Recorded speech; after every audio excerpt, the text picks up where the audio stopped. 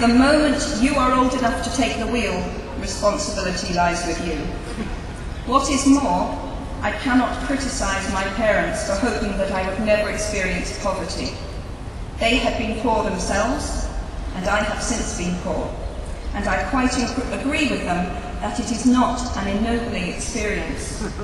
Poverty entails fear and stress, and sometimes depression. It means 1,000 petty humiliations and hardships. Climbing out of poverty by your own efforts, that is something on which to pride yourself, but poverty itself is romanticised only by fools. What I feared most for myself at your age was not poverty, but failure. At your age, in spite of a distinct lack of motivation at university, where I had spent far too long in the coffee bar writing stories and far too little time at lectures, I had a knack for passing examinations, and that, for years, had been the measure of success in my life and that of my peers. Now, I am not dull enough to suppose that because you are young, gifted, and well-educated, you have never known heartbreak, hardship, or heartache. Talent and intelligence never yet inoculated anyone against the caprice of the fates, and I do not for a moment suppose that everyone here has enjoyed an existence of unruffled privilege and contentment.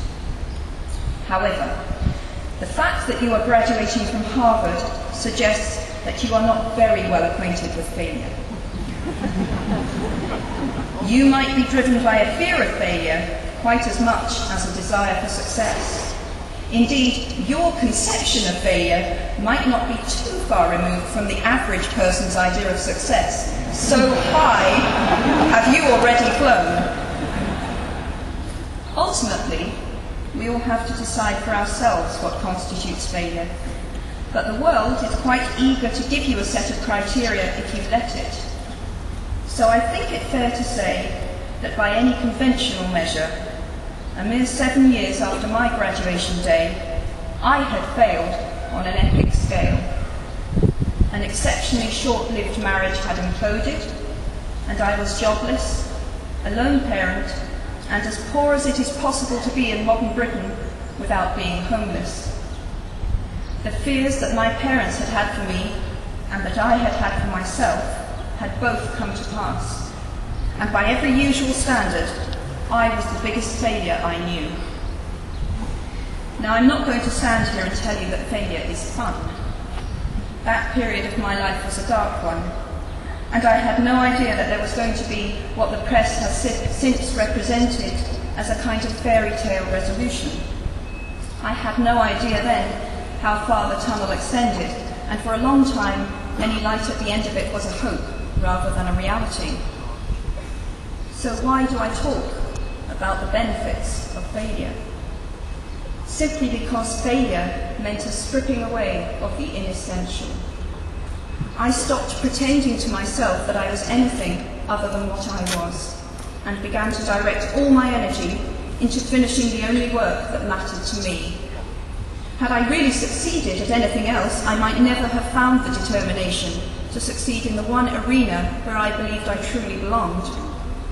I was set free, because my greatest fear had been realised, and I was still alive, and I still had a daughter whom I adored, and I had an old typewriter and a big idea.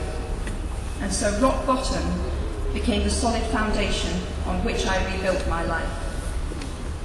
You might never fail on the scale I did, but some failure in life is inevitable. It is impossible to live without failing at something, unless you live so cautiously that you might as well not have lived at all, in which case you fail by default. Failure gave me an inner security that I had never attained by passing examinations. Failure taught me things about myself that I could have learned no other way. I discovered that I had a strong will, and more discipline than I had suspected. I also found out that I had friends whose value was truly above the price of rubies. The knowledge that you have emerged wiser and stronger from setbacks means that you are, ever after, secure in your ability to survive. You will never truly know yourself, or the strength of your relationships until both have been tested by adversity. Such knowledge is a true gift, for all that it is painfully won, and it has been worth more than any qualification I ever earned. So given a time turner, I would tell my 21-year-old self that personal happiness lies in knowing that life is not a checklist of acquisition or achievement. Your qualifications, your CV, are not your life, though you will meet many people of my age and older who confuse the two. Life is difficult and complicated and beyond anyone's total control, and the humility to know that will enable you to survive its vicissitudes.